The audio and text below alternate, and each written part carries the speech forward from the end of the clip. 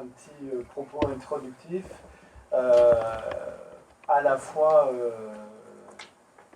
pour lancer la discussion et aussi pour expliquer un peu en quoi notre perspective va être peut-être un peu différente de celle à laquelle on pourrait s'attendre dans des journées sur l'anthropologie visuelle, dans la mesure où on est tous les trois issus, inscrits au sein du département d'études d'histoire de l'art et d'études cinématographiques. Donc ça me permet aussi de revenir sur le fait que on avait bien invité à participer avec nous, et Joachim s'en était occupé, Simona Belkowski, donc qui ne peut pas être avec nous, et donc c'est pas par volonté qu'on se retrouve trois hommes en train de parler, et donc on s'en excuse. Je pense que c'était important quand même de le dire. Qu'on peut dire ou redire, je vous propose, c'est de réécouter les mots aussi de Jérôme Momcilovic dans Chronique Art, maintenant qu'on a regardé ensemble le film, et voir un peu chacune de ces expressions comme des pistes de lecture possibles. Donc, je vous rappelle, un documentaire immersif, un film d'horreur, un poème visuel, un cauchemar utérin, un son et lumière éco-terroriste. Je pense que ça tient toujours la route après avoir regardé le film. Alors, ce que je voudrais faire dans cette introduction, en fait, c'est revenir sur le titre lui-même du film, donc Léviathan, dont vous savez peut-être ou certainement qu'il s'agit d'un terme qui vient de la Bible, et donc avec cette idée que le Léviathan est un monstre marin à plusieurs têtes qui se révolte contre le Créateur.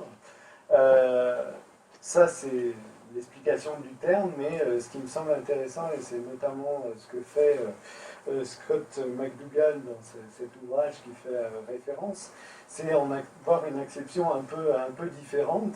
Donc je me suis laissé aller à une traduction un peu libre de son propos, mais donc il dit à ce sujet, alors que le titre du film semble être une référence à la Bible, ce qui est redoublé par la référence au livre de Job dans la citation d'ouverture, le Léviathan dans Léviathan, le film, c'est le film lui-même.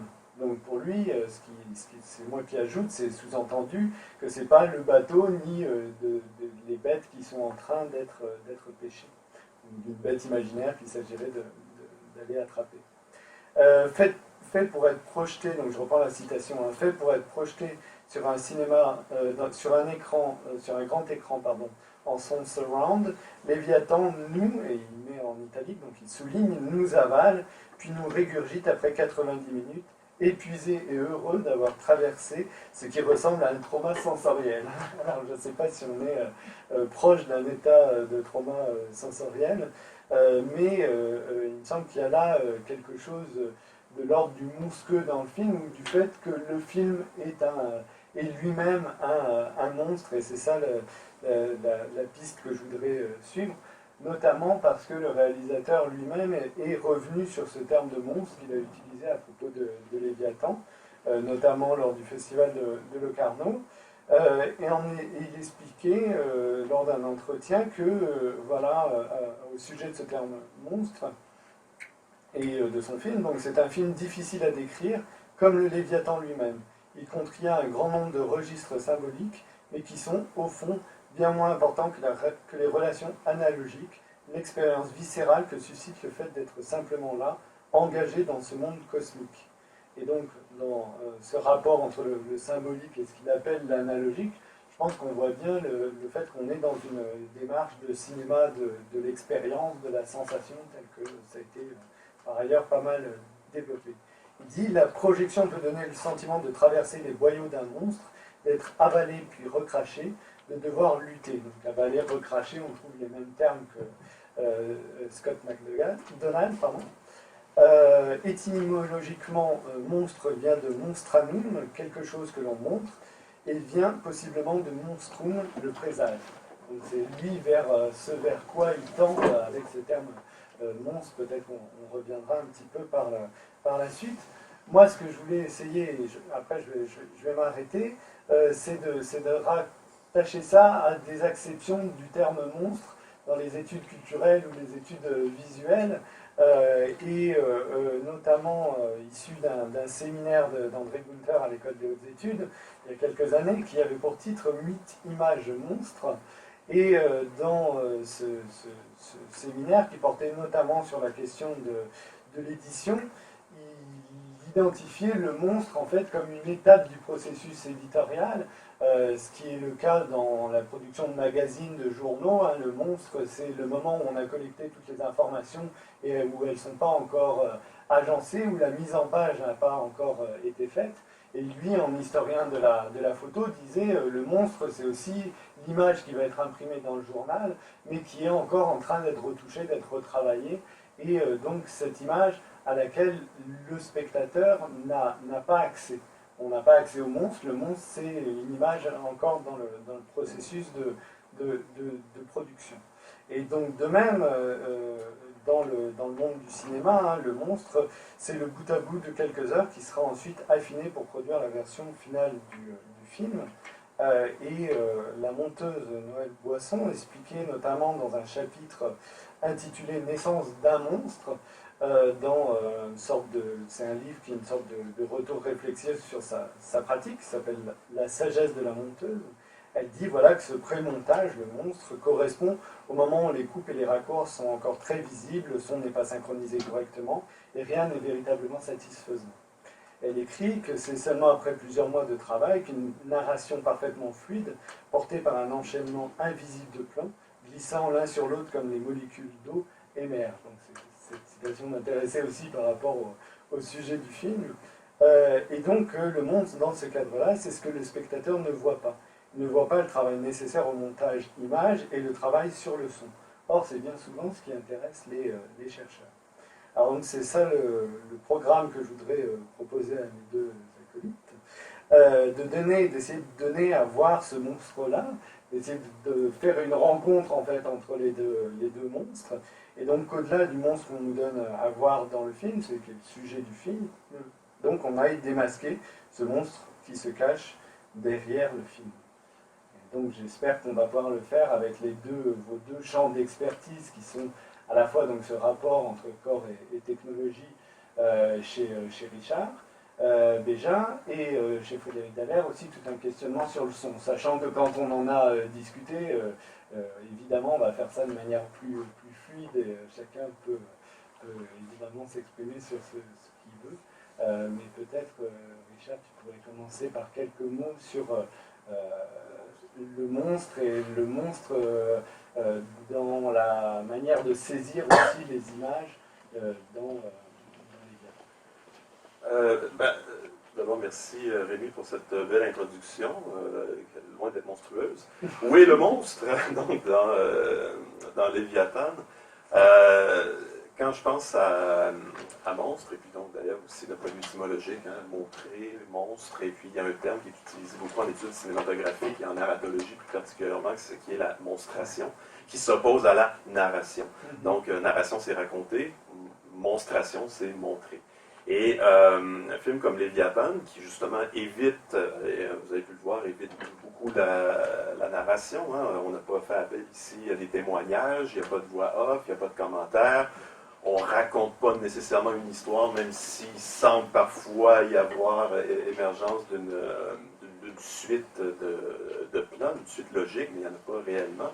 Donc, on est vraiment là dans la monstration. Donc, c'est intéressant de voir que là où se situe le monstre, peut-être dans Léviathan, c'est justement dans le fait que l'on montre les choses, mais c'est aussi dans la manière dont on les montre. Je pense que vous avez tous remarqué à quel point le film est assez nauséeux, si vous me permettez l'expression. La première fois que je l'ai vu, moi, c'était en salle de cinéma, donc sur grand écran, beaucoup plus grand ici, avec le son, et puis quelqu'un qui a le mal de mer comme moi, ça a été assez difficile à regarder. Mais donc, qu'est-ce qu'il y a de monstrueux? C'est qu'on nous montre, mais c'est aussi la manière dont on nous montre. Bon, pour la petite histoire, c'est qu'on a, à bien des endroits, vous l'avez peut-être remarqué, attaché des caméras GoPro sur les corps des pêcheurs. Et ce qui crée un effet assez particulier et qui est monstrueux aussi en ce sens-là, c'est que la perception qu'on a de la pêche en haute mer ici est une perception corporelle. C'est la perception, très souvent, pas à toutes les occasions, il y a certaines scènes justement qui sont classiques. D'ailleurs, elles endorment même le protagoniste principal à un certain moment.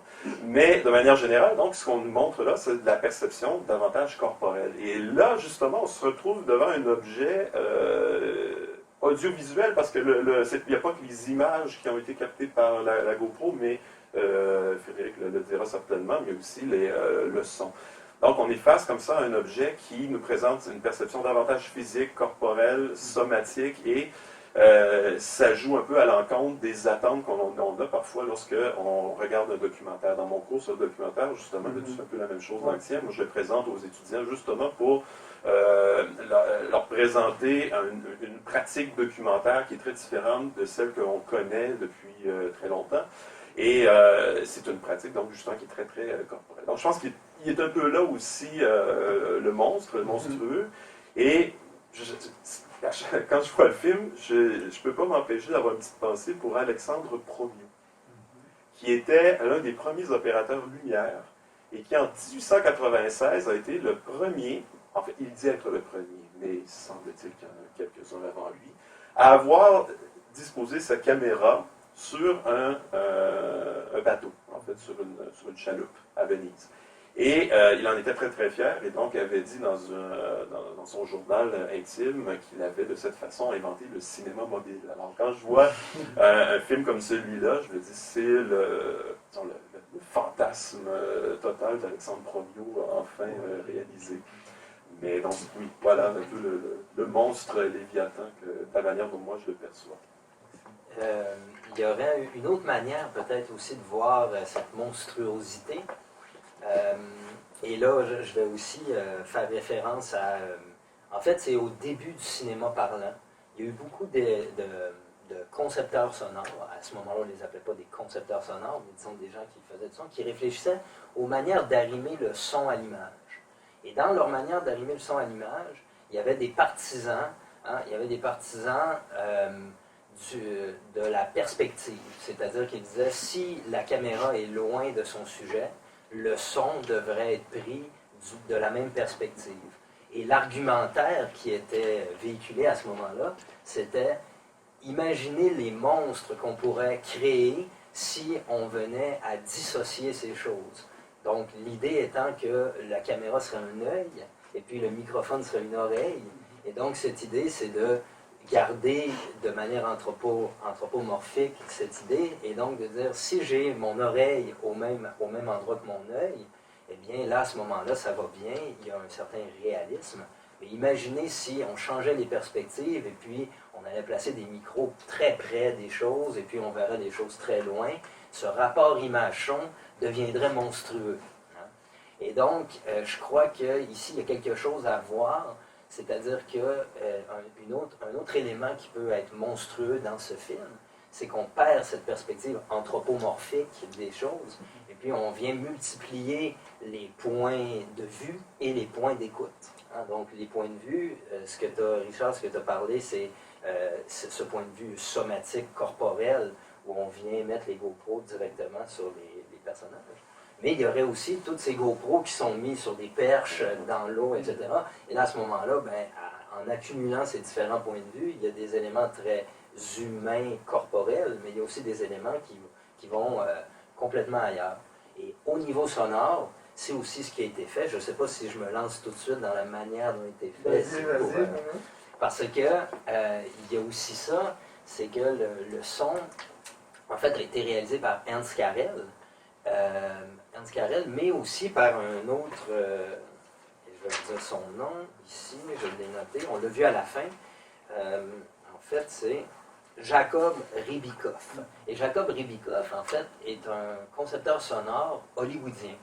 Et donc, un des derniers films qu'il a fait, c'est Manchester by the Sea, où il reprend la thématique aquatique, mais dans un tout autre contexte. Donc, Manchester by the Sea, c'est un film avec Casey Affleck, qui est bon. Et donc, finalement, la manière dont a été fait le son, c'est une accumulation également de travail qui proviennent à la fois du tournage, où lors du tournage, le son a été pris par ces GoPros. Et là, ces GoPros, ils sont, on l'a vu, il y a beaucoup d'eau, Et donc, ces GoPros sont dans des caissons en plastique. Donc, dans ces caissons en plastique, lorsqu'on a le son uniquement de ce caisson, c'est un son qui a peu de fréquence. Et en plus, à ce moment-là, 2012-2011, quand était fait le film, ben, le son sur la GoPro, c'est un son qui était très compressé, donc c'est un son qui avait peu d'informations. Et donc, c'est un son qu'on pourrait appeler low-fi, très pauvre. Donc, il y a ce son-là. Si on a un exemple dans le film où on entend bien ça, c'est lorsqu'on a les deux filets. Vous savez, on est en plongée, on voit les deux filets monter, descendre. Et là, à ce moment-là, de manière assez spectaculaire, on avait un son qui avait une grande richesse avant, et puis plus tard, dans le même plan, il va y avoir il y a la fumée qui va apparaître, et puis là, on va entendre encore plus d'ampleur. Mais il y a un assez grand moment, peut-être 2 minutes, où finalement, on entend ce son qui provient de la GoPro, qui est un son très pauvre. On entend, c'est quasiment fantomatique, en fait.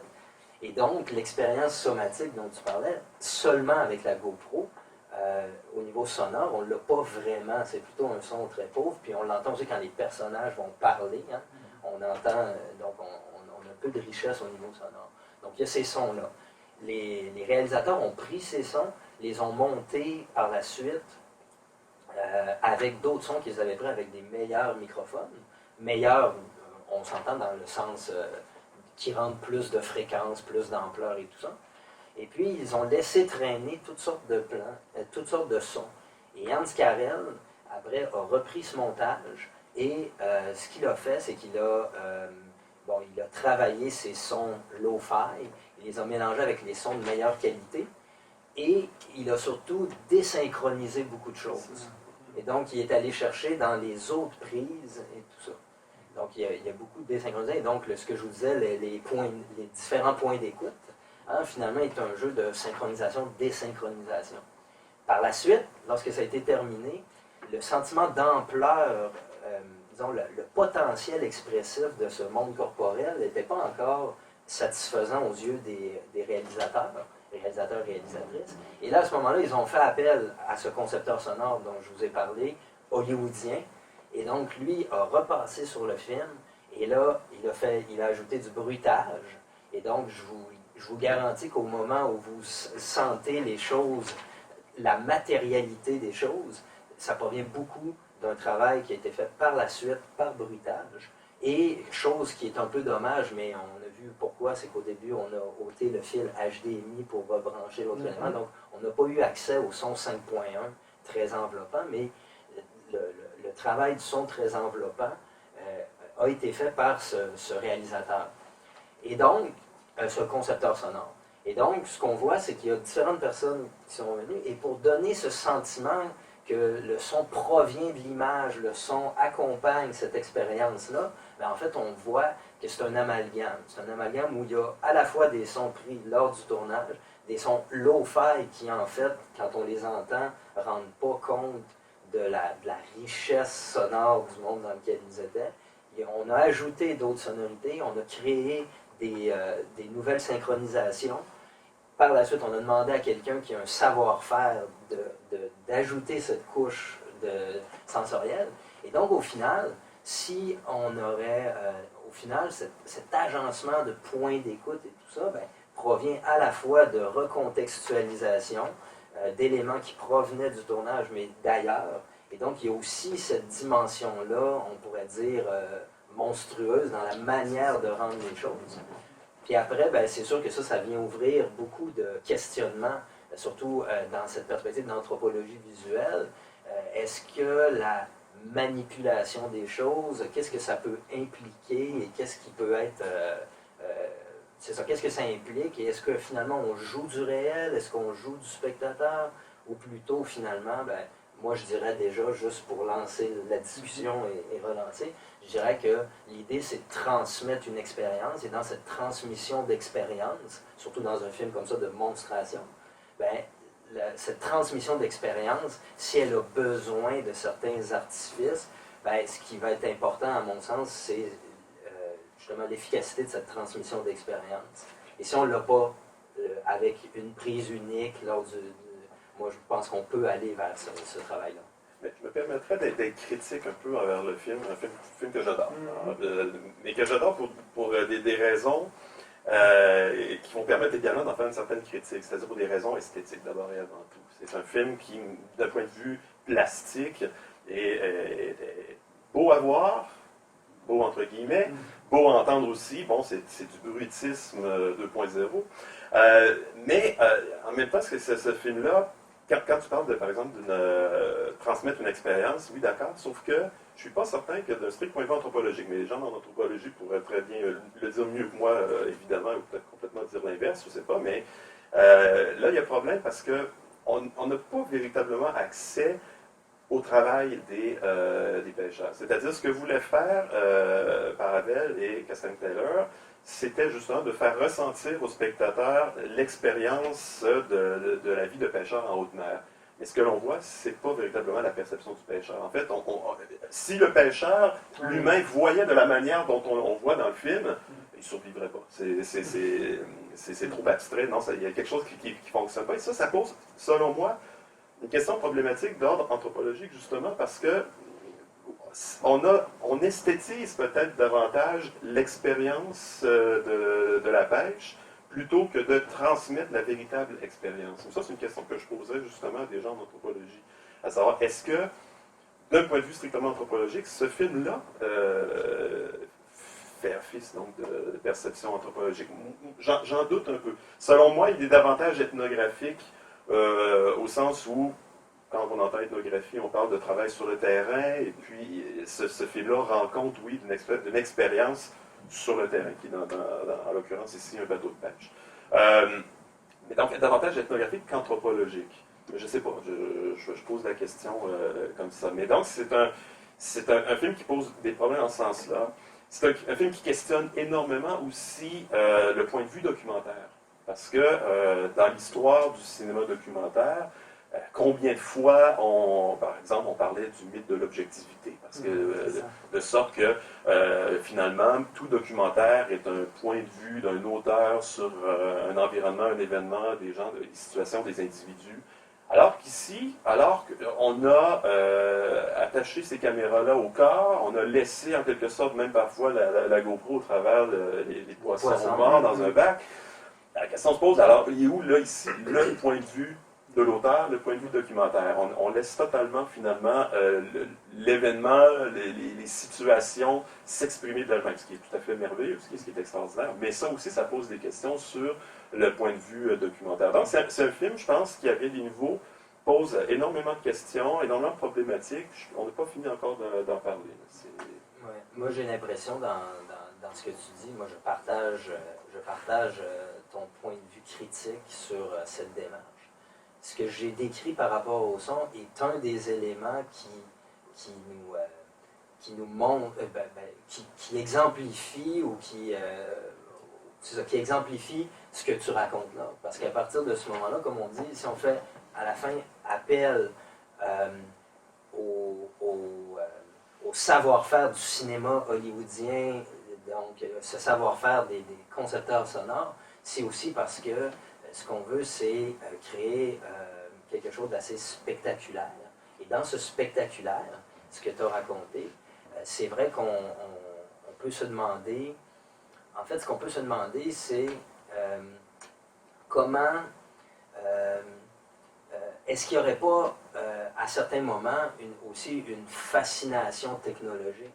C'est-à-dire que cette fascination technologique est très loin de l'anthropologie, c'est-à-dire regarder lorsque j'utilise une caméra et je la mets sur une perche de 5 mètres dans un bateau, regardez ce que ça peut donner, c'est beau, Et donc, il y a aussi parfois certains glissements dans le film qui sont de l'ordre,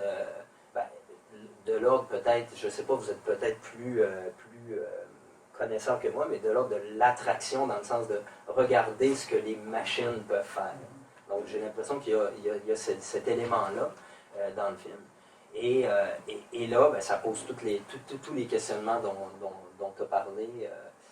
On peut se demander quel est ce regard, et quel point de vue, et est-ce que finalement on ne ferait pas peut-être une économie de cette réflexion sur le point de vue en se permettant de montrer toutes ces choses, mais ce qui fait qu'on ne prend pas nécessairement position par rapport à la réalité qu'on veut explorer.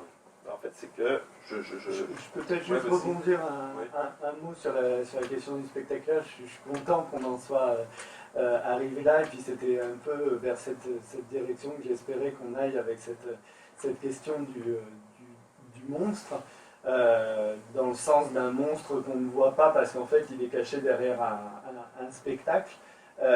C'est peut-être aussi une façon d'articuler la chose à la question du cinéma anthropologique, qui est peut-être un cinéma qui, depuis au moins les essais du cinéma direct et donc les 50 dernières années, laissait avoir quelque chose de l'ordre du monstre, où on ne cherchait pas forcément à donner à voir à l'écran le spectacle d'une production qui serait justement extrêmement léchée, extrêmement travaillée en post-production, ou dans tous les cas on donnait à voir à l'image parfois des indices du fait que le film est en train d'être produit, qu'il a des imperfections, qu'on donne à voir ces imperfections, ce qui est aussi, relève aussi de choix esthétiques, et qui me semble être un petit peu refermé là. C'est-à-dire que à la fois on est dans une forme extrêmement expérimentale et avec des choix extrêmement forts à ce niveau-là, et en même temps des choix finalement qui sont aussi très spectaculaires. Ben oui, juste cet exemple de toutes les mouettes et tout, ce fait d'aller dans l'eau, revenir, c'est très attirant, Et après, ben, qu'est-ce que ça produit? Ouais, c'est ça. Qu'est-ce que ça produit, finalement? Mais je suis content que tu fasses mention du cinéma direct, hein, parce que dans l'histoire du documentaire, le cinéma direct, c'est vraiment un pivot, c'est un point tournant dans l'histoire du documentaire où, enfin, grâce en grande partie à la technologie, mais aussi grâce un peu au zeitgeist de l'ambiance de l'époque, grâce aux technologies où les appareils devenaient de plus en plus portables, maniables, transportables, on s'est enfin permis en tant que documentariste d'aller sur les lieux et d'aller au contact des gens et de vibrer en même temps que les événements. Je pense au Racketeur, par exemple, le film de Michel Brault et Gilles Groux, où les Groux et son preneur de son aussi, dont j'oublie le Marcel Carrière. Marcel Carrière, qui ont vécu avec les gens et dans les manifestations populaires, donc des racketteurs. Et ce qu'on voit dans Léviathan, c'est un peu le même processus en quelque sorte. Mais à la différence que il y a un retournement de point de vue encore. C'est ça qui est intéressant, c'est qu'à l'époque du cinéma direct et ou du cinéma vérité, plus anthropologique, je pense à Jean Rouch, Edgar Morin, où là, il y avait la présence toujours du regard anthropologue, du regard cinéaste, auteur. Dans le cinéma direct, il y avait encore ça. Également, lorsqu'on regarde Pour la suite du monde, on sait que c'est un film de Pierre Perrault. Alors que là, ici, il y a un retournement de ce point de vue-là, car c'est moins le film. Oui, c'est toujours le film, évidemment, de Castaing-Taylor, Paravel et Carrel, et les autres, parce que c'est eux quand même qui l'ont mis en forme, ce film-là. Mais les points de vue corporels sont offerts à la fois par les pêcheurs, les mouettes, les poissons, l'eau, les bateaux et tout. Donc, il y a une espèce de retournement qui rend ça vraiment intéressant. Mais aussi, ce retournement-là, moi, me fait beaucoup penser, tu parlais, là, je rebondis sur ce que tu disais à propos de la musique, me faisait penser à l'intention qu'avait John Cage, par exemple, de laisser la nature s'exprimer. Donc, laisser le hasard s'exprimer et de tout simplement provoquer ce hasard-là, l'enregistrer et découvrir finalement qu'il y a une musicalité dans la nature, dans le monde physique, qui vaut autant et qui est aussi belle et importante que la musicalité qui est produite par l'humain. Un film comme Léviathan, au niveau visuel et sonore, me semble participer un peu de ce processus-là, où là, on laisse l'environnement, la nature, les éléments, les corps s'exprimer, même si, tu le dis, avec le travail, il y a un travail sonore qui est fait, mais qui est fait à partir quand même d'une sonorité très matérielle, très physique, et encore là, qui doit beaucoup à la chance et au hasard. Donc, il y a quelque chose qui, je pense aussi, qui dans la veine des John Cage et compagnie. Ouais. Puis peut-être par rapport à l'anthropologie visuelle, il y a dans ce que tu es en train de décrire, je vais proposer en fait une idée de Sarah Pink dans un texte qui s'appelle Doing Sensory Ethnography. Donc, dans le fond, c'est un texte de 2009 où elle décrit qu'est-ce que ça serait faire le Sensory Ethnography Lab, qu'est-ce que ça serait de faire de l'ethnographie sensorielle, on pourrait dire ça. Et ça va rebondir avec ce que tu dis. Elle dit finalement, il y aurait quatre grands pôles. Il y a le machinique, le technologique, l'humain, c'est le deuxième, l'animal et la nature. Et là, bon, c'est un peu ce que tu as décrit aussi, c'est-à-dire de laisser peut-être les éléments involontaires. Grâce à la machine, on pourrait capter ce que l'animal, la nature a de musical ou a et j'ajouterais la machine aussi. La machine s'enregistre elle-même. Ah oui. Enregistre elle-même ses propres processus. Il y a plusieurs endroits où on entend des espèces de sifflements, résonances. Et ce que Hans Carel disait, c'est que ça provient du fait que la GoPro, avec son caisson, en vibration avec l'environnement dans lequel il est, a produit ses propres bruits, ses propres artefacts. Et là, il s'est dit, ben, je vais les utiliser aussi. Donc, et là, si on ajoute à ces artefacts-là les bruits de bateau, du bateau, etc. Donc, la machine aussi, comme tu dis, produit aussi son aléatoire et tout ça. Et là, ce qu'elle disait, c'est que la différence peut-être qu'il y a avec disons, un courant ethnographique plus classique, c'est qu'elle dit, dans ces quatre pôles que j'ai donnés, elle dit, nous, quand on fait du sensory ethnography, de l'ethnographie sensorielle, il n'y aurait plus de hiérarchisation préalable entre ces quatre pôles. Donc l'idée, c'est d'avoir un rapport changeant dans une écologie matérielle, une écologie sensorielle. Et donc, ce que tu as dit, c'est-à-dire, maintenant, les machines, les GoPro peuvent interagir avec les êtres humains et leur corps, mais aussi avec les animaux, mais aussi avec la mer, etc. Et là, dans cette série d'interactions, un des postulats de base de cette ethnographie sensorielle, ce serait de ne pas présupposer d'une hiérarchisation préalable de ces différents pôles-là, pour peut-être faire émerger des éléments qui n'étaient pas nécessairement perceptibles ou possibles si on dit que la base est le point de vue d'un être humain qui doit rester de manière assez objective en utilisant son appareil pour regarder un sujet d'observation. Et c'est là aussi où il y a c'est pour ça que je trouvais ça intéressant de montrer aussi un court extrait de Sweetgrass au début de la projection pour montrer en quoi eux aussi ils ont pratiqué ce cinéma anthropologique avec caméra portée à l'épaule. Et c'est une scène particulière du film, mais c'est quand même quelque chose qui est tenu dans l'ensemble du film. Pour montrer, et aussi que cette idée-là, elle est toujours présente dans le début du processus de réalisation de Léviathan. Quand ils partent pour faire ce film-là, ils n'ont pas cette idée forcément de décentrer ce point de vue et de passer à un point de vue qui est aussi celui de la machine, qui est aussi celui des animaux, etc. Et par le sujet qu'ils rencontrent à un moment donné, qui est cette expérience de la pêche en haute mer, ils vont aller poser ce geste radical et trouver du coup aussi des solutions technologiques pour rendre compte de ça, et ce qui après passe par tout ce que vous avez très bien dit sur à la fois le choix des caméras et tout le travail sur le son. En fait, ce qui est aussi intéressant dans le film, c'est de la mobilographie. Ah, on y arrive. Parce que oui, effectivement, c'est l'inscription d'une mobilité. Ouais. Mais il y a trois mobilités médiatiques dans le film, en fait. C'est que, puis ça rencontre ce que tu disais, c'est qu'il y a le corps comme médium. Donc, c'est Hans Belting, historien de l'art, qui a écrit justement dans l'anthropologie des images. L'idée que donc, les œuvres d'art visuel sont aussi, d'abord et avant tout peut-être, des perceptions corporelles, c'est-à-dire que l'on voit à travers la perception corporelle de l'artiste qui a vu au préalable l'œuvre prendre forme devant ses yeux. Donc, on a accès à partir de ces œuvres-là à un médium qui est aussi le corps de l'artiste, qui renvoie à notre présence en tant que spectateur comme étant aussi médium d'apparition des images. Donc, il y a le médium du corps qui est très présent dans le film. Je pense qu'on le ressent, on le perçoit plus qu'on le voit, même, je dirais. Et il y a le média, l'appareil, donc la GoPro aussi, la mobilité de la GoPro qui est mise de l'avant dans le film. On ressent donc aussi cette mobilité médiatique-là de par l'appareil. et le mouvement d'environnement. Cet environnement-là qui, on voit les mouettes dans tous les sens, l'environnement devient lui-même mobilisé, sans mauvais jeu de mots, par cette mobilité à la fois médiatique et médiumnique, je dirais, et qui là fait référence à un troisième type de média que Augustin Berck appelle la médiance. C'est cette espèce d'environnement naturel, mais disons, transformé par la perception humaine et la perception, dans ce cas-ci, davantage aussi technologique.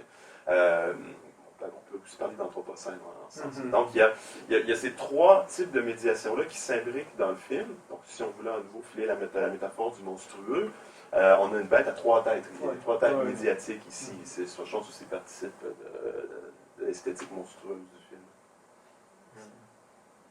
Est-ce qu'on ouvre la discussion, Philippe, si tu veux? Oui, ben, peut-être pour ajouter à ce que vous avez dit, parce que dès le début, justement, plusieurs des éléments que vous avez dit me renvoient à ma lecture de Ian Bogost, sa phénoménologie de l'étrange, Alien Phenomenology, or What It's Like to Be a Thing. Qu'est-ce que c'est que d'être une chose? Donc, pour moi, c'est ça, Léviathan. C'est justement pas un documentaire nécessairement sur un pêcheur qui voici son travail, mais c'est aussi sur qu'est-ce que c'est que d'être un poisson mort parmi ces poissons morts, ou qu'est-ce que c'est que d'être la marée, ou pas les vagues plutôt, ou le mât d'un bateau. Et justement, quand j'avais essayé d'y penser, j'essayais d'opposer ça, plutôt qu'une subjectivité, c'est une objectivité justement. Qu'est-ce que c'est que d'être un objet? Donc, objectivité, je pense, peut être compris de cette autre manière-là, où justement, ça nous traduit peut-être pas qu'est-ce que c'est l'expérience d'un de ces sujets-là, qui serait le sujet du documentaire, mais plutôt un de ces objets qui est le sujet du documentaire. Et pareillement, justement, je pense que... Même au pluriel, je pourrais dire. Ouais. De ces objets qui se trouvent. Et c'est ça, c'est aussi ça, le Léviathan, c'est les points de vue de tous ces différents objets-là. Le film est composé de toutes ces têtes-là. Ouais. Celle sur le chest, celle à travers les poissons, celle sur le mât. Et il me semble que j'avais Donc c'est ça, je trouve que ça nous traduit justement une expérience dans une pluralité. C'est pas juste comme je coupe les raies. Ouais. Bon, ça c'est la pire partie. Mais c'est aussi c'est la marée, c'est toutes les autres composantes de l'expérience qui est plus complexe que qu'est-ce que quelqu'un aurait pu nous décrire. Parce que hier, je pense qu'on a pensé à comment est-ce qu'on peut faire de l'anthropologie ou de l'ethnographie à travers des mots. C'est extrêmement limitant, alors que quelque chose comme ça, peut-être, justement, essaye de nous en traduire plus que qu'est-ce que des mots ne sauraient dire. Il y a une certaine expérience des limites où ce film, ce qu'il propose, c'est une série de déplacements. Puis ces déplacements-là, c'est des déplacements qui peuvent être de perception, c'est-à-dire on peut se demander comment on écoute, comment on regarde, qu'est-ce qu'on écoute, qu'est-ce qu'on regarde, mais aussi le déplacement que vous avez dit, c'est-à-dire, par exemple, de manière conceptuelle, ça vous pousse à dire l'objectivité, mais dans un autre sens que le sens commun, tel que le sens commun.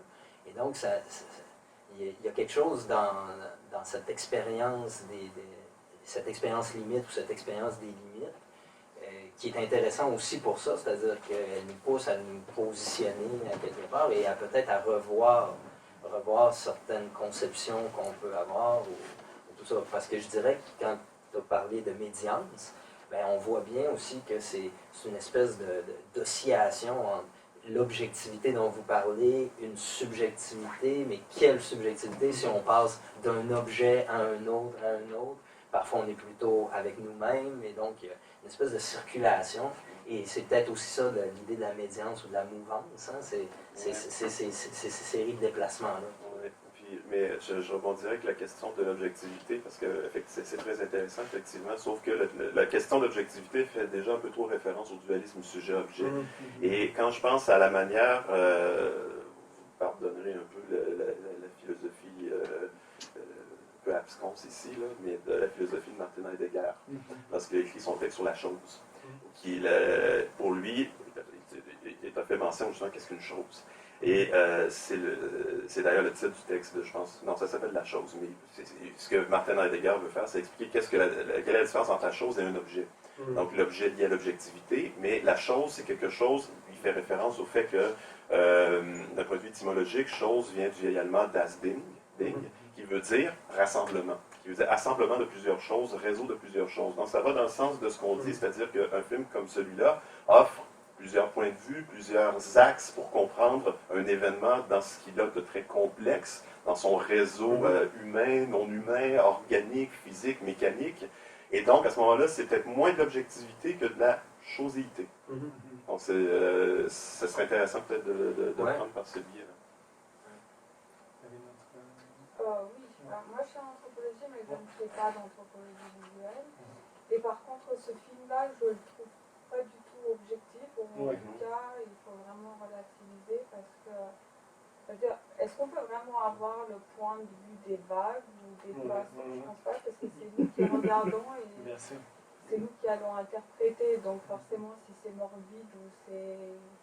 Parce que de toute manière, j'ai l'impression que tous les deux, ils font toujours un peu la même chose, c'est-à-dire les gros plans, là, comme l'extrait qu'on a vu avant. Mais pareil pour le Cannibal, c'était la même chose. On a des gros plans, donc c'est quand même une prise de position assez particulière. C'est-à-dire tout est assez cru, assez on nous jette, on est in your face, donc qu'est-ce qu'on en fait avec? Et je trouve que c'est quand même assez subjectif pour moi, parce qu'en plus ce matin on a vu un autre film sur des pêcheurs. Oui, qui est beaucoup en plus fait, contemplatif. Oui, mais en fait, ça n'a rien à voir parce que là, c'est très empathique. Il y a toute une relation entre les hommes. Et je ne dis pas que les animaux, ou les poissons ne comptent pas, c'est absolument pas. Mais là, comme on le voit, c'est totalement une autre perspective. Tout est mal. J'ai l'impression que c'est tellement dans le gore, là où il y a le sang, etc. Il y a plein de choses. Puis je me demande, en fait, l'objectivité, oui, mais en même temps, pour moi, c'est une prise de position assez particulière, donc c'est à relativiser. Je pense que ce serait justement là que ça deviendrait intéressant, justement, de parler du film en tant que choséité. Parce que la choséité, de toute façon, intègre aussi le point de vue des personnes qui vont fabriquer le film, qui vont voir, qui vont faire le choix des points de vue. Parce que je pense qu'effectivement, il ne faut pas se leurrer, il y a un biais politique derrière le film. Il y a un biais environnementaliste. On le voit, les choix qui sont faits, ils sont certainement pas gratuits. Mais je pense que ça participe... L'éco-terrorisme. Ouais, ben voilà. Et je pense que ça participe peut-être de la choséité aussi. C'est-à-dire que sur le bateau, il y avait également ces gens qui avaient un point de vue, qui avaient une façon de voir les choses, et ils ont intégré cette façon de voir les choses dans l'objet, dans la chose du film, effectivement. J'ai eu l'impression qu'on essayait de montrer quelque chose vraiment extrême à la limite. Donc, je me demande justement, à un point de vue anthropologique, si c'était justement de la création pure, d'aller chercher une relation avec les choses. On voulait essayer de faire vivre des sensations. J'avais l'impression presque d'être de voir un spectacle en avant de moi. D'ailleurs, les images qui me redonnaient le plus, c'est par exemple des spectacles qui ont été filmés à multicam de différentes perspectives. Qu'on essaye de faire vivre des sensations fortes.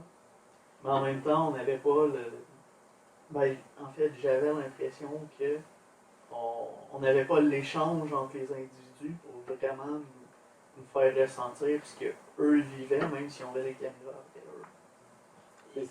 C'est ça aussi qu'on voit avec le...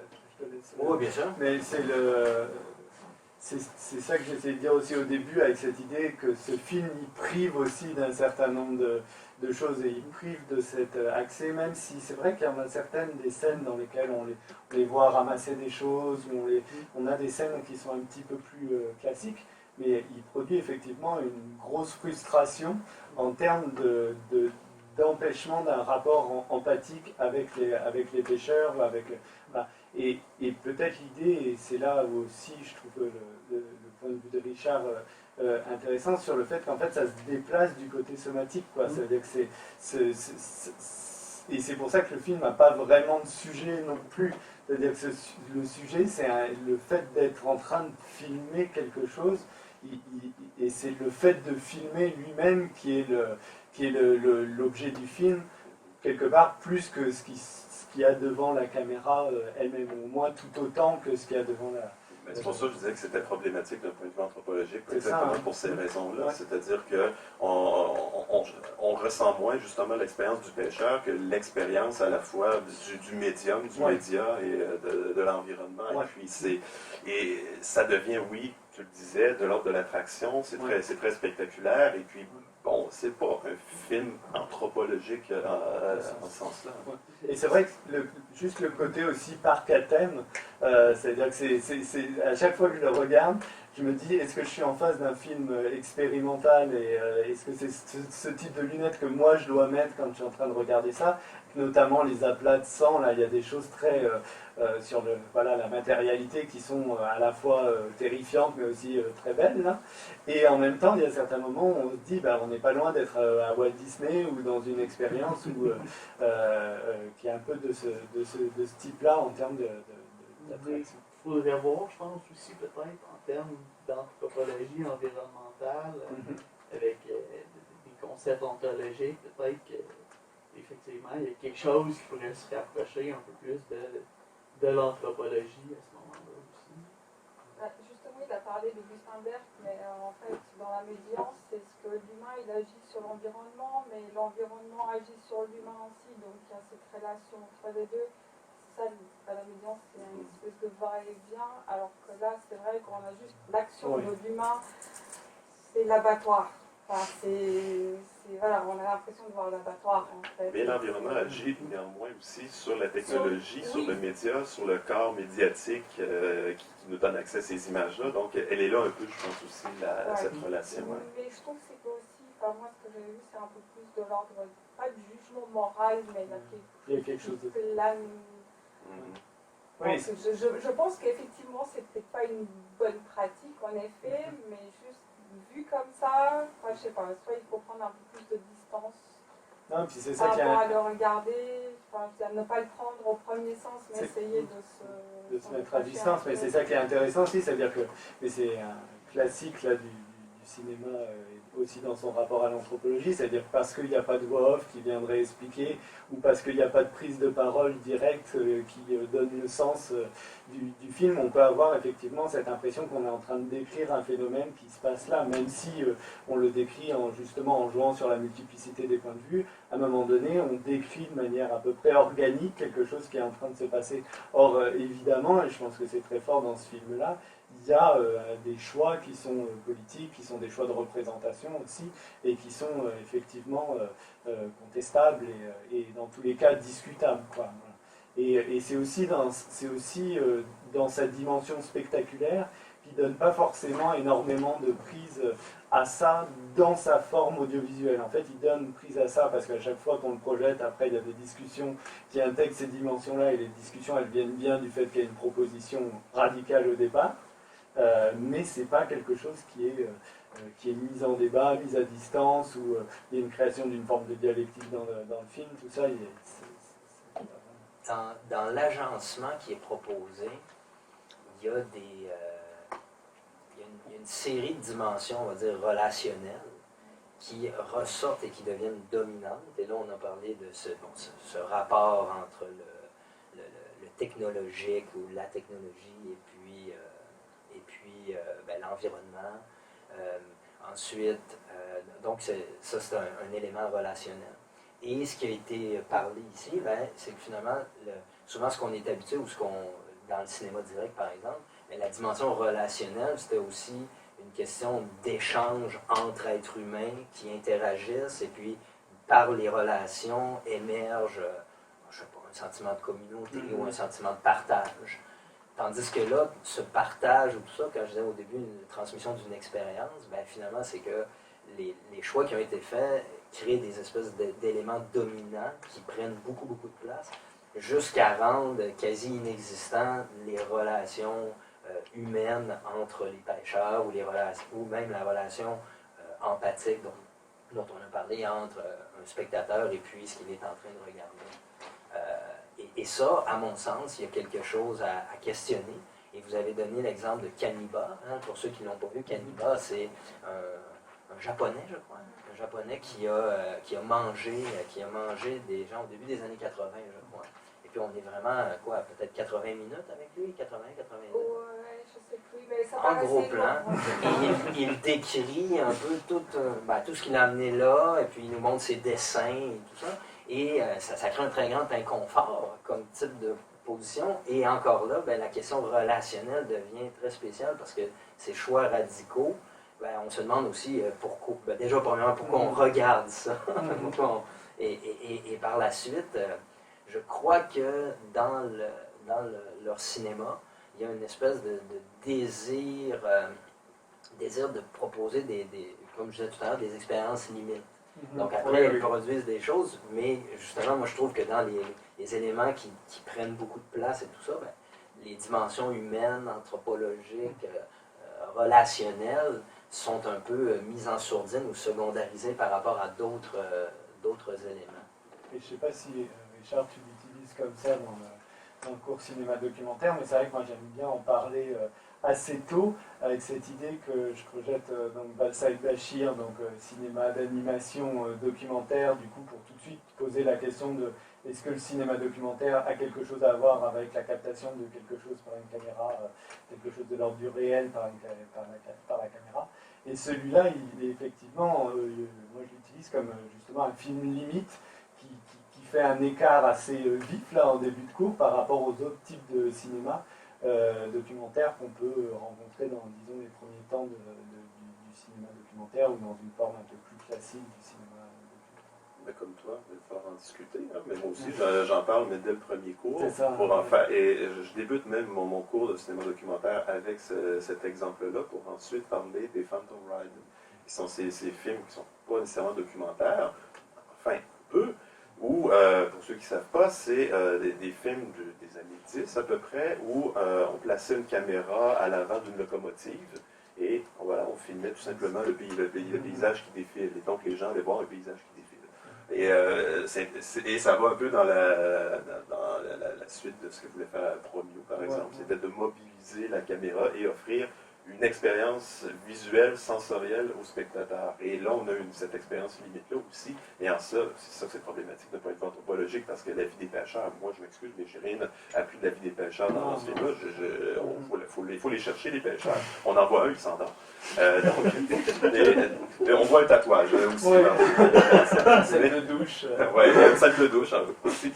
Mais c'est ça, donc c'est une idée de l'expérience spectaculaire d'être sur un bateau. C'est une expérience sensorielle. Il ne s'en cache pas de toute façon. Il dit que c'est une expérience sensorielle. Mais c'est sûr que je ne crois pas à nulle part avoir lu de toute façon qu'ils avaient la prétention d'en faire une œuvre anthropologique. Je me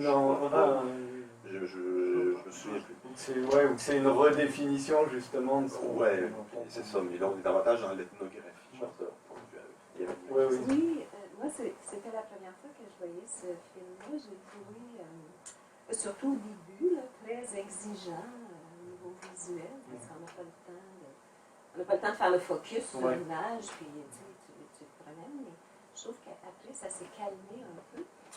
Et, bon, comme Madame dit, je trouve que oui, c'était beaucoup spectaculaire, la technologie, j'avais l'impression qu'on faisait un peu technologique. Et en même temps, j'ai ressenti beaucoup d'empathie pour les pêcheurs. D'abord, on voyait dans leur corps, il y avait chaud à un moment donné. Quand ils travaillent, tu vois que c'est exigeant physiquement. On ne voit pas trop les figures parce qu'ils sont habillés, puis il doit faire quand même assez froid. Quand on voit des parties de corps où il y a des égratignures, et le monsieur qui prend sa douche, je voyais ça comme... il y avait une métaphore un peu avec les poissons.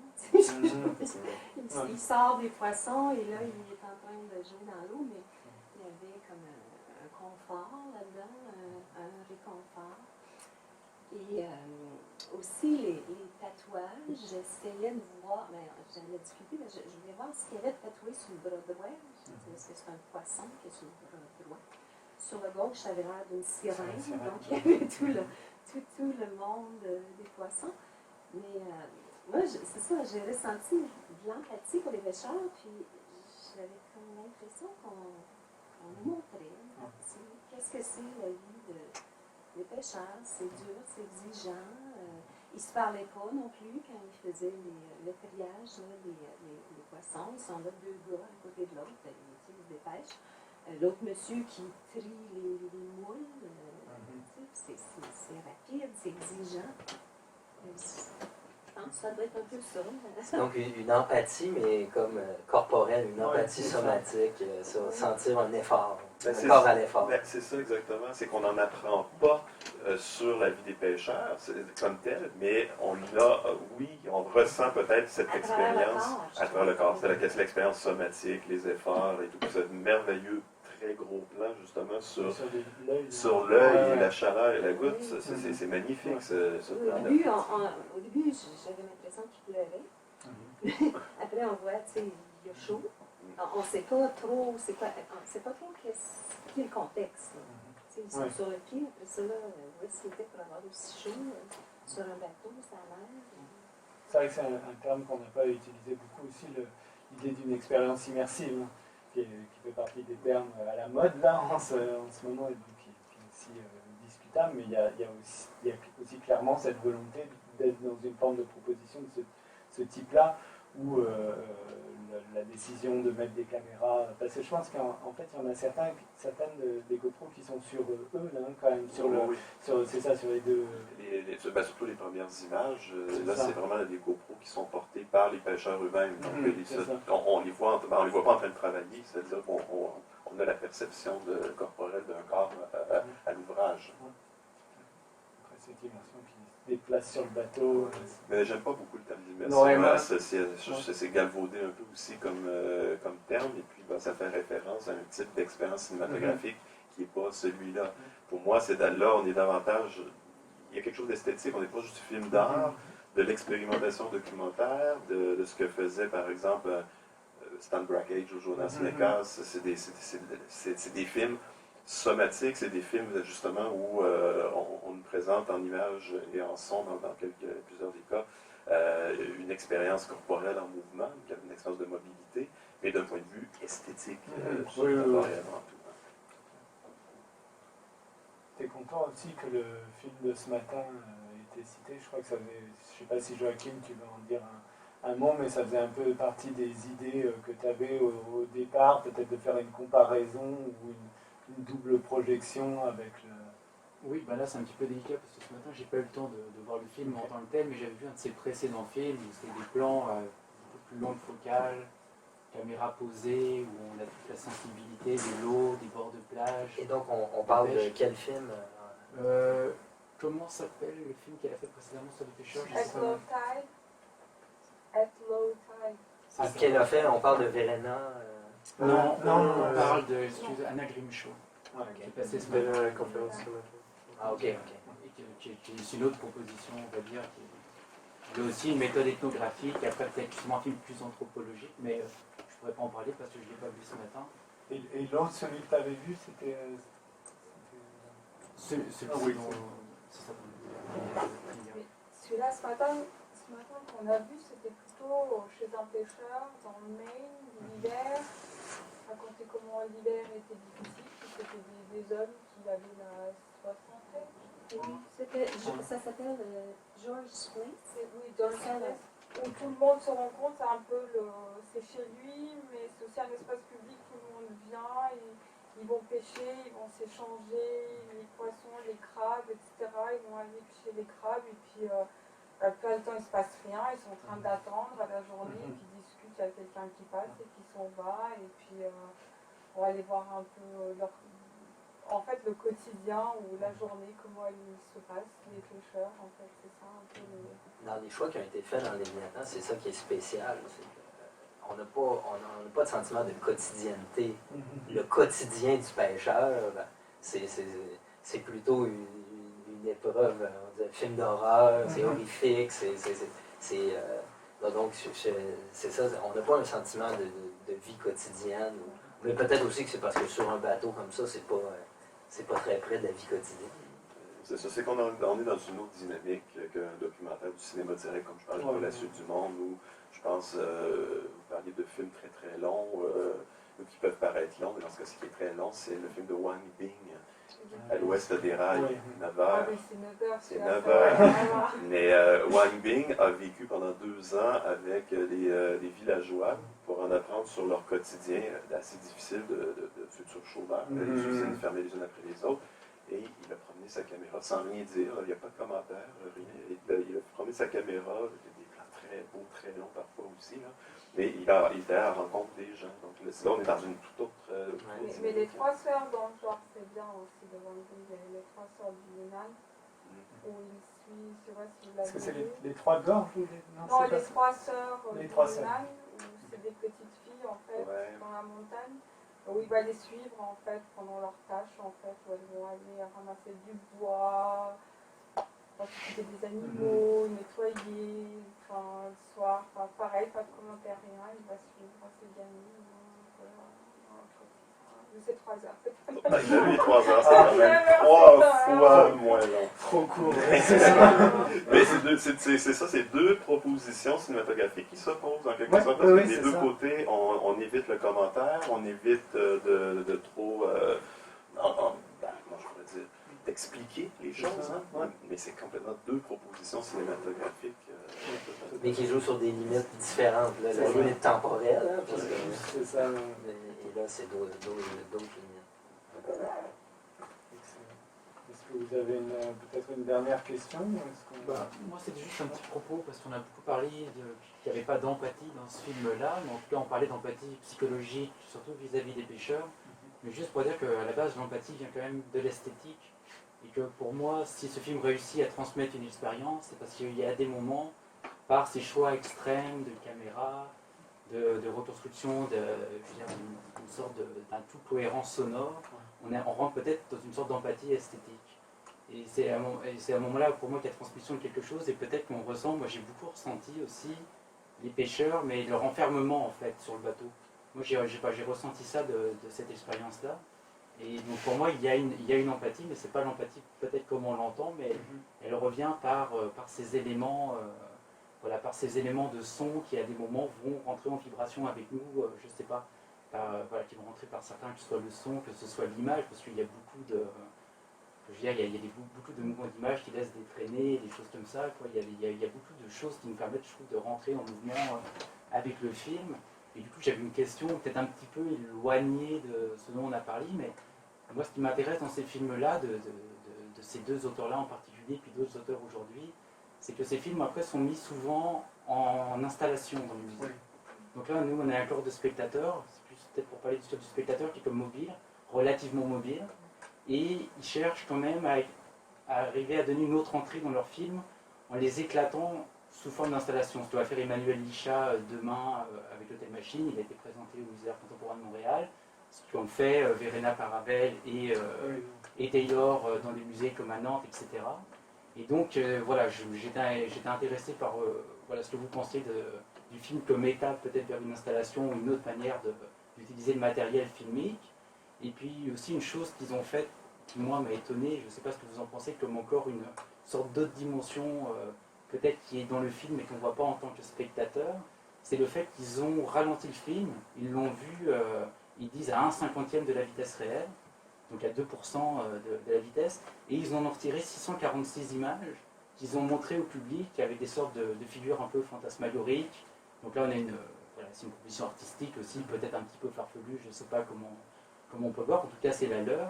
Et donc il y a cette proposition-là qui ramène un peu une sorte de la peinture dans le cinéma, cachée dans la vitesse du cinéma. Et donc voilà, je voulais avoir un petit peu votre avis sur à la fois la mise en exposition, le film comme étape, et puis peut-être cette idée de trouver une autre dimension qu'ils appellent un peu une dimension transcendantale dans l'image, où il ressort quelque chose caché un petit peu à l'œil humain, mais qui ressort par la machine en fait. C'est ça par l'enregistrement cinématographique. On va revenir à la question du monstre. La question du monstre. C'est bon, tu voulais... Non. Oui, ok. La question du monstre, où tu disais que le monstre serait une étape préliminaire du montage, où les choix ne sont pas encore complètement arrêtés, tout ça. Je crois que dans cette perspective dont tu as parlé, on va dire de cinéma élargi, il y a cette idée que on a monté un projet filmique, et ce projet peut avoir différentes itérations, peut proposer il y a différentes façons justement de le montrer, et chaque dispositif qui va être mis en place va déplacer encore, ou peut-être garder à l'état de trace cette idée de monstre, c'est-à-dire que le projet n'est pas complètement fini, complètement figé.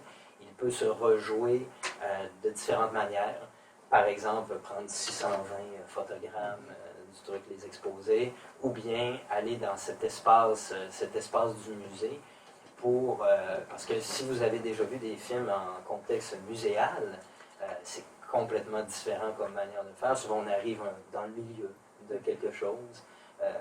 Il faut vivre aussi avec les allées et venues de plein de gens. Donc, c'est très différent de cette expérience dans le noir, assis. On peut bouger, on peut prendre un positionnement d'une certaine manière. Parfois, c'est pas seulement un écran, c'est plusieurs écrans, dispositifs sonores aussi différents. Et donc, je crois qu'il y a aussi cette volonté d'inscrire un projet et de perpétuer le fait que ces projets-là peuvent se présenter peuvent se rejouer dans différents dispositifs. Je dirais aussi que vous répondez à votre propre question, en fait. Parce que pourquoi le musée? Vous l'avez expliqué au tout début de votre intervention en disant que vous ressentiez une empathie de nature esthétique. Que c'est donc des objets, comme je disais tout à l'heure, la blague, c'est un film d'art. C'est un film d'art, c'est un film esthétique. Donc l'empathie que vous ressentez, l'empathie esthétique, est aussi liée au fait qu'il s'agit aussi d'un objet artistique, d'un objet d'art, d'un objet esthétique. Et la lecture que vous en faites, lorsque vous êtes, on ressent l'enfermement du pécheur, je dirais que c'est un effet de lecture ou de spectature. Parce que ça correspond pas nécessairement à la réalité. Plusieurs pêcheurs vous le diront. C'est l'immensité. C'est l'immensité et c'est la liberté que les pêcheurs ressentent d'abord et avant tout. Nous, on ressent tout à fait autre chose. C'est l'effet esthétique du film. Et ça explique une raison pourquoi ce genre de cinéma-là se retrouve aussi dans un musée. C'est que je pense que les auteurs eux-mêmes sont les premiers conscients qu'il s'agit aussi d'un objet esthétique d'abord et avant. Oui, c'est peut-être une manière de dire que la lecture que propose Joachim est aussi plus proche de celle de l'équipe du film et de la manière dont il a été pensé, où on a été petit peu plus, je sais pas, critique ou à distance de leur proposition, mais c'est vrai que ce que tu replaces, puis je trouve que c'est intéressant de le faire aussi un peu en conclusion, c'est de le replacer dans les enjeux aussi que eux poursuivaient et le type effectivement d'empathie esthétique qu'ils essayaient de produire, le rapport au musée, le rapport à l'installation, qui est quelque chose qui est vraiment consubstantiel de leur pratique, hein, et cette dimension, cette articulation entre ethnographie, sensorialité, sens et esthétique, c'est vraiment ce qui revendique aussi comme étant ce qui est au cœur du laboratoire à Harvard, quoi. Donc c'est clair qu'il y a cette dimension-là, et donc ce rapprochement d'un cinéma, de l'anthropologie visuelle par rapport à des pratiques artistiques, des pratiques muséales, etc., qui est aussi quelque chose, sans être nouveau parce que ça a déjà existé, mais qui n'est pas forcément la relation première à laquelle on pense quand on pense à l'anthropologie visuelle. Est-ce qu'on a fini, je pense, ici? Merci. Bon appétit. Messieurs. Voilà, je pense qu'il est temps.